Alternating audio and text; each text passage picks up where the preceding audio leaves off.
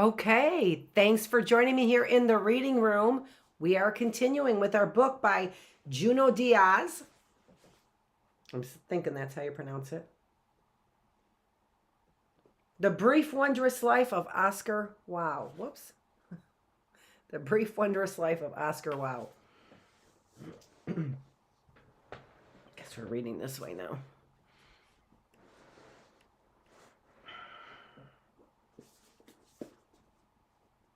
I think I want the other pillow up here.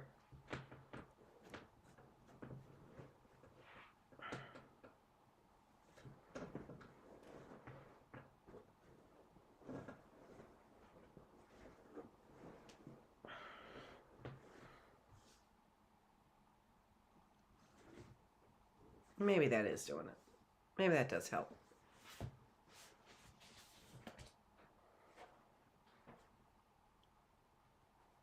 We went to her place on Handy, and before I could really put a hurt on her, she stopped everything, dragged me up from her Toto by my ears.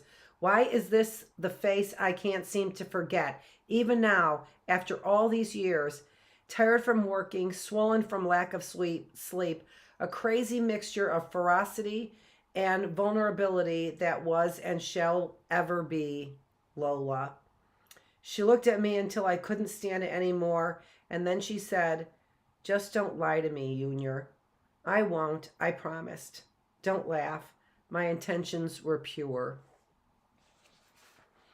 Not much more to tell except this. That spring I moved back in with him. Thought about it all winter. Even at the very end, I almost changed my mind. Was waiting by his door in Dermarest, and despite the fact that I'd been waiting all morning, at the very end, I still almost ran off. But then I heard their voices on the stairwell, bringing up his things.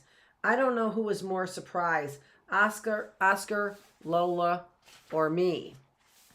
In Oscar's version, I raised my hand and said,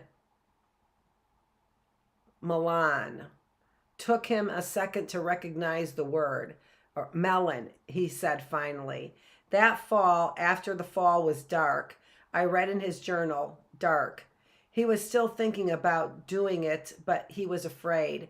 Of his sister mainly, but also of himself, of the possibility of a miracle of an invincible summer.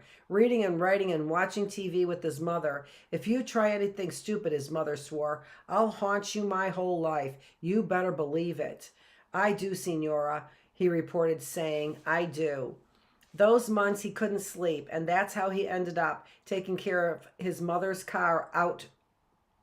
Those months he couldn't sleep, and that's how he ended up taking his mother's car out for midnight spins. Every time he pulled out of the house, he thought it would be his last. Drove everywhere, got lost in Camden, found the neighborhood where I grew up, drove through New Brunswick just when the clubs were getting out, looking at everybody, his stomach killing him. Even made it down to Wildwood, looked for the coffee shop where he had saved Lola, but it had closed. Nothing had opened to replace it. One night he picked up a hitchhiker, an immensely pregnant girl. She barely spoke any English, was a wetback Guatemalan with pits in her cheeks. Needed to go to Perth Amboy, and Oscar, our hero, said, No te preocupas, te traigo. Que Dios te bendiga, she said, still looking ready to jump out of the window if need be. Gave her his number just in case, but she never called. He wasn't surprised. Drove so long and so far on some nights that he would actually fall asleep at the wheel.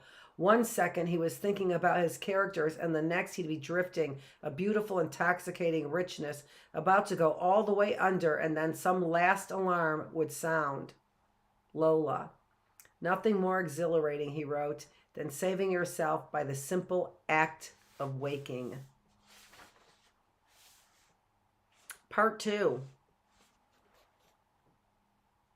There's a fist. More men are not indispensable, but Trujillo is irreplaceable, for Trujillo is not a man, he is a cosmic force. Those who try to compare him to his ordinary contemporaries are mistaken. He belongs to the category of those born to a special destiny. La Nación. Didn't we say something about the Nation, the paper The Nation today in Reconstruction? Of course, I tried once more. It was even stupider than the first time. 14 months, and Abuela announced that it was time for me to return to Patterson, to my mother. I couldn't believe what she was saying. It felt like the deepest of treacheries to me. I wouldn't feel that again until I broke with you. But I don't want to go, I protested. I want to stay here, but she wouldn't listen. She held her hands in the air like there was nothing she could do. It's what your mother wants, and it's what I want, and it's what's right. But what about me? I'm sorry, Iha. That's life for you. All the happiness you gather to yourself, it will sweep away like it's nothing. If you ask me, I don't think there are any such things as curses. I think there is only life. That's enough. I wasn't mature. I quit the team. I stopped going to classes and speaking to all my girlfriends, even Rocio. I told Max what we were through. I told Max that we were through, and he looked at me like I just shot him between the eyes. He tried to stop me from walking away, but I screamed at him like my mother screams, and he dropped his hand like it was dead. I thought I was going to do him a favor, not wanting to hurt him any more than was necessary. I ended up being really stupid those last weeks. I guess I wanted to disappear more than anything, and so I was trying to make it so. I fooled around with someone else. That's how messed up I was. He was the father of one of my classmates, always after me, even when his daughter was around. So I called him. One thing you can count on in Santo Domingo, not the lights, not the law, sex. That never goes away. I didn't bother with the romance. I let him take me to a love motel on our first date. He was one of those vain politicos, a Peladiista, had his own big air-conditioned Jeepeta. When I pulled my pants down, you never saw anybody so happy. Until I asked him for $2,000. American, I emphasize. It's like Abuela says. Every snake always thinks it's biting into a rat until the day it bites into a mongoose. That was my big puta moment. I knew he had the money. Otherwise, I wouldn't have asked. And it's not like I was robbing from him. I think we did it like 9 times in total. So, in my opinion, he got a lot more than he gave. Afterward, I sat in the motel and drank rum while he snorted from these little bags of coke. He wasn't much of a talker, which was good. He was always pretty ashamed of himself after we fucked, and that made me feel great. Complained that this was the money for his daughter's school, blah, blah, blah. Steal it from the state, I told him with a smile. I kissed him when he dropped me off at the house, only so that I could feel him shrink from me. I didn't talk to La Inca much those last weeks, but she never stopped talking to me. I want you to do well at school. I want you to visit me when you can. I want you to remember where you come from. She prepared everything for my departure. I was too angry to think about her, how sad she would be when I was gone. I was the last person to share her life since my mother. She started closing up the house like she was the one who was leaving. What? I said. You coming with me? No, Iha. I'm going to my campo for a while. But you hate the campo.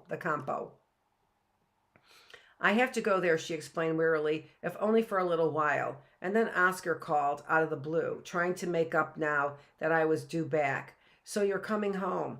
Don't count on it, I said. Don't do anything precipitous. I laughed. Do you ever hear yourself, Oscar? He sighed all the time. Every morning I would wake up and make sure the money was still under my bed. $2,000. In those days, could have taken you anywhere, and of course I was thinking Japan or Goa, which was one of those girls at school had told me about. Another island, but very beautiful, she assured us. Nothing like Santo Domingo. And then finally she came. She never did anything quiet, my mother. She pulled up in a big black town car, not a normal taxi, and all the kids in the barrio gathered around to see what the show was about, my mother pretending not to notice the crowd. The driver, of course, was trying to pick her up. She looked thin and worn out, and I couldn't believe the taxista. Leave her alone, I said. Don't you have any shame? My mother shook her head sadly at La Inca. You didn't teach her anything. La Inca didn't blink. I taught her as well as I could. And then the big moment, the one every daughter dreads, my mother looking me over. I'd never been in better shape, never felt more beautiful and desirable in my life. And what does the bitch say? Coño pero tu si eres fea. Those 14 months gone like they'd never happened.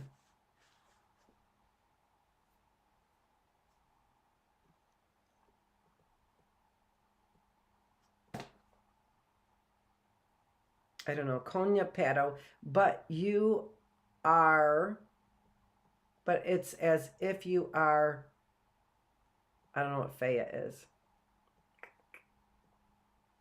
Now that I'm a mother myself, I realize that she could not have been any different. That's who she was. Like they say, Platano maduro no se vuelve verde. Even at the end, she refused to show me anything close to love. She cried not for me or for herself, but only for Oscar. Mi pobre hijos, she sobbed. Mi pobre hijo. You always think with your parents that at least at every end something will change, something will get better. Not for us. I probably would have run. I would have waited until we got back to the States, waited like paja de arrows, burning slow, until they dropped their guard, and then one morning I would have disappeared, like my father disappeared on my mother and was never seen again, disappeared like everything disappears, without a trace. I would have lived far away. I would have been happy, I'm sure of it, and I would have never had any children. I would let myself grow dark in the sun, no more hiding from it, let my hair indulge in all its kinks, and she would have passed me on the street and never recognized me. That was a dream I had. But if these years have taught me anything, it is this: you can never run away. Not ever. The only way out is in.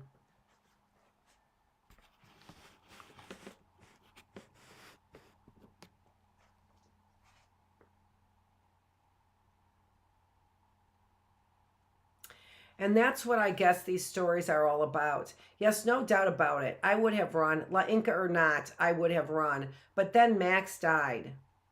I hadn't seen him at all, not since the day of our breakup. My poor Max, who loved me beyond words, who said, I'm so lucky every time we fucked. It was not like we were in the same circles or the same neighborhood.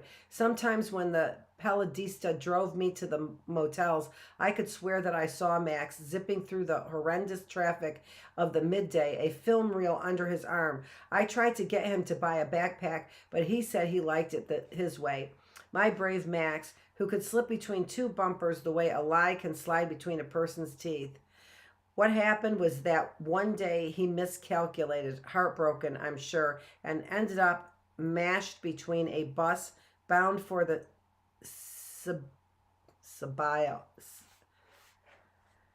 Cibao and one bound for Bonnie, his skull shattering in a million little pieces, the film unspooling across the entire street. I only heard about it after they buried him. His sister called me. He loved you best of all, she sobbed. Best of all. The curse, some of you will say. Life is what I say. Life. You never saw anybody go so quiet. I gave his mother the money I'd taken from the Palladista. His little brother, Maxim, used it to buy a YOLO to Puerto Rico, and last I heard he was doing good for himself there. He owned a little store, and his mother no longer lives in Los Tres Brazos.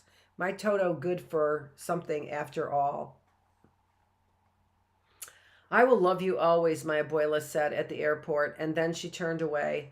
It was only when I got on the plane that I started crying. I know this sounds ridiculous, but I don't think I really stopped until I met you. I know I didn't stop atoning. The other passengers must have thought I was crazy. I kept expecting my mother to hit me, to call me an idiota, a bruta, a fea, a malcriada, to change seats, but she didn't. She put her hand on mine and left it there. When the woman in front turned around and said, "Tell that girl of yours to be quiet," she said. "Tell that Quelo of yours to stop stinking." I felt sorriest for the viejo next to us. You could tell he'd been visiting his family. He had on a little fedora and his best pressed Chacabana. It's okay, muchacha, he said, patting my back. Santo Domingo will always be there. It was there in the beginning, and it will be there at the end. For God's sake, my mother muttered, and then closed her eyes and went to sleep. Chapter 5 of part 2, right? Poor Abelard.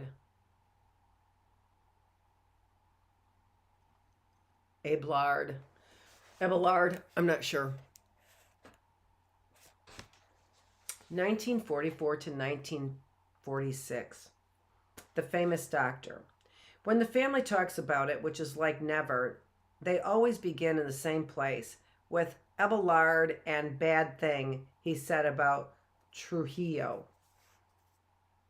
And now there is a footnote. There are other beginnings, certainly better ones, to be sure. If you ask me, I would have started when the Spaniards discovered the New World or when the U.S. invaded Santo Domingo in 1916. But if this was the opening that the De Leons chose for themselves, then who am I to question their historiography?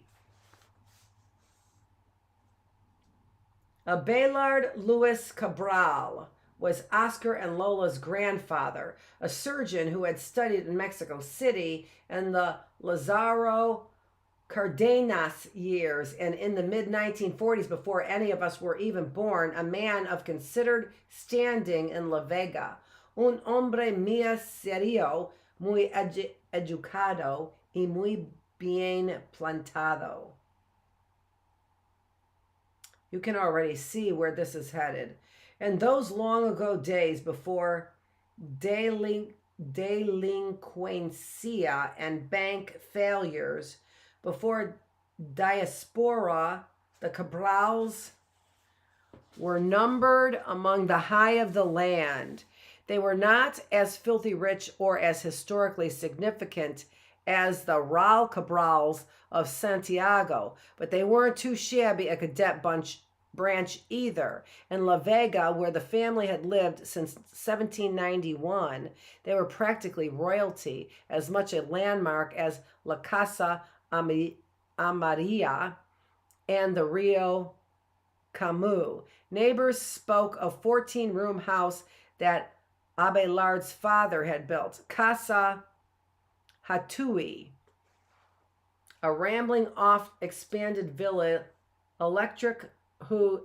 eclectic, whose original stone core had been transformed into Abelard's study, a house bounded by groves of almonds and dwarf mangoes. There were also the modern Art Deco apartment in Santiago, where Abelard often spent his weekends attending the family businesses.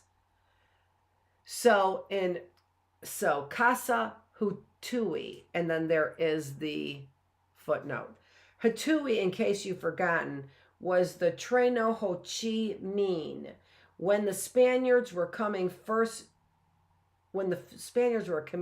genocide in the Dominican Republic, Hatui left the island and canoed to Cuba looking for reinforcements. His voyage, a precursor to his trip Maximo Gomez, would take almost 300 years later. Casa Hatui was named Hatui because in times past it supposedly had been owned by a descendant of the priest who had tried to baptize Hatui right before the Spaniards burned him at the stake. What Hatui said on that pyre is a legend in itself. Are there white people in heaven? Then I'd rather go to hell. History, however, has not been kind to Hatui. Unless something changes ASAP, he will go out like his camarada, Crazy Horse, coughed to a beer in a country not his own. Coughed to a beer in a country not his own. So Crazy Horse is the name of an Indian, of course. Let's see. I just wanted to see here. We've got the story of Little Bighorn and the story of Wounded Knee. I don't know if... Yep. Chief Crazy Horse is in the story of Wounded Knee. So we're going to read this story in the Bookless classroom coming up after we read Reconstruction, and go down all of our deep dives. Go into all of our deep dives. Okay, so that was interesting there. Crazy Horse. We'll find out more. A little bit more. So they're still talking about Hatui.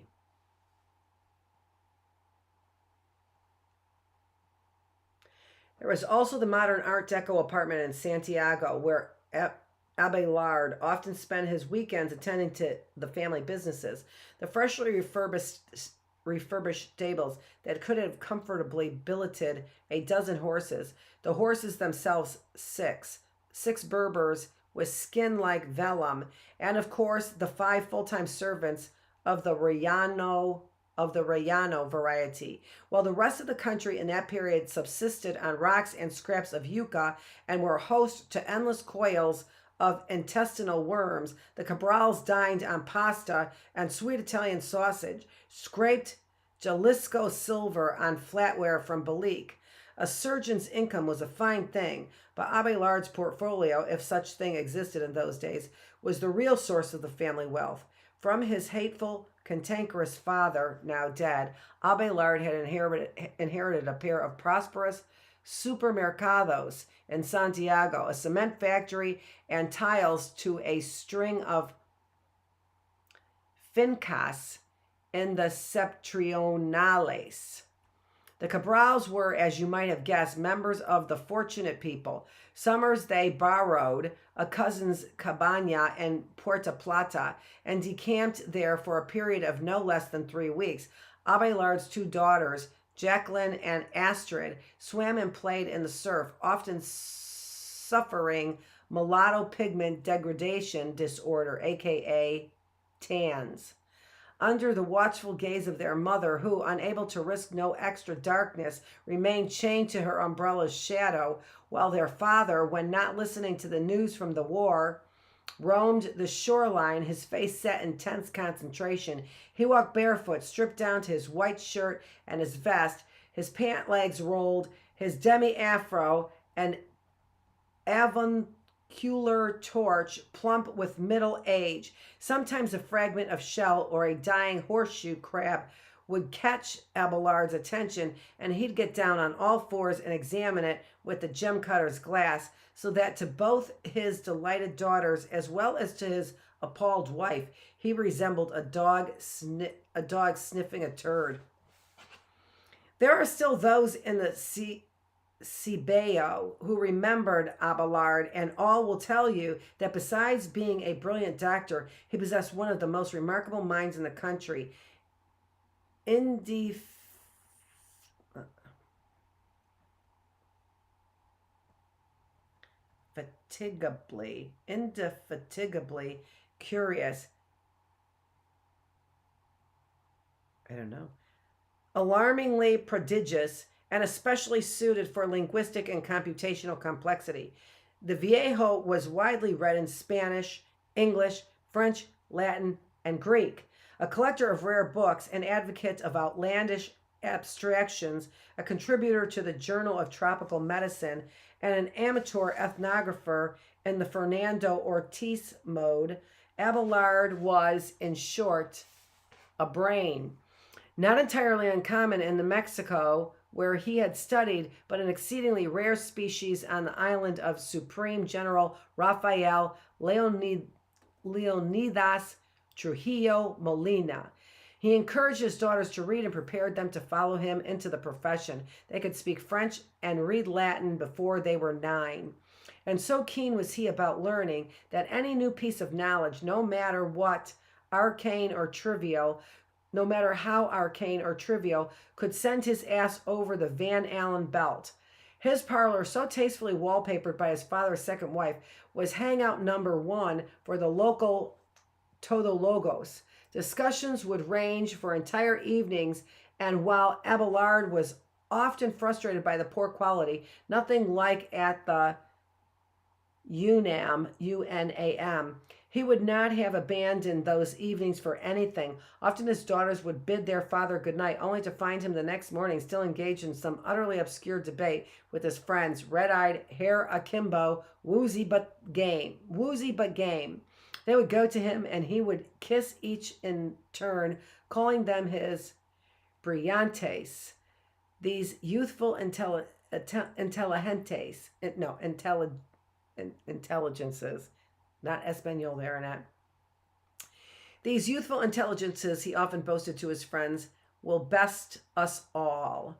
The reign of Trujillo was not the best time to be a lover of ideas, not the best time to be engaging in parlor debate, to be hosting tertulias, to be doing anything out of the ordinary, but Abelard was nothing if not meticulous, never allowed contemporary politics, i.e. Trujillo, to be bandied about, kept shit on the abstract plane, allowed anybody who wanted, including members of the secret police, to attend his gatherings. Given that you could get lit up for even mispronouncing the failed cattle thief's name, it was a no-brainer, really. As a general practice, Abelard tried his best not to think about El Jefe at all, followed sort of a Tao of dictator avoidance, which was ironic considering that Abelard was unmatched in maintaining the outward appearance of the enthusiastic Trijolista.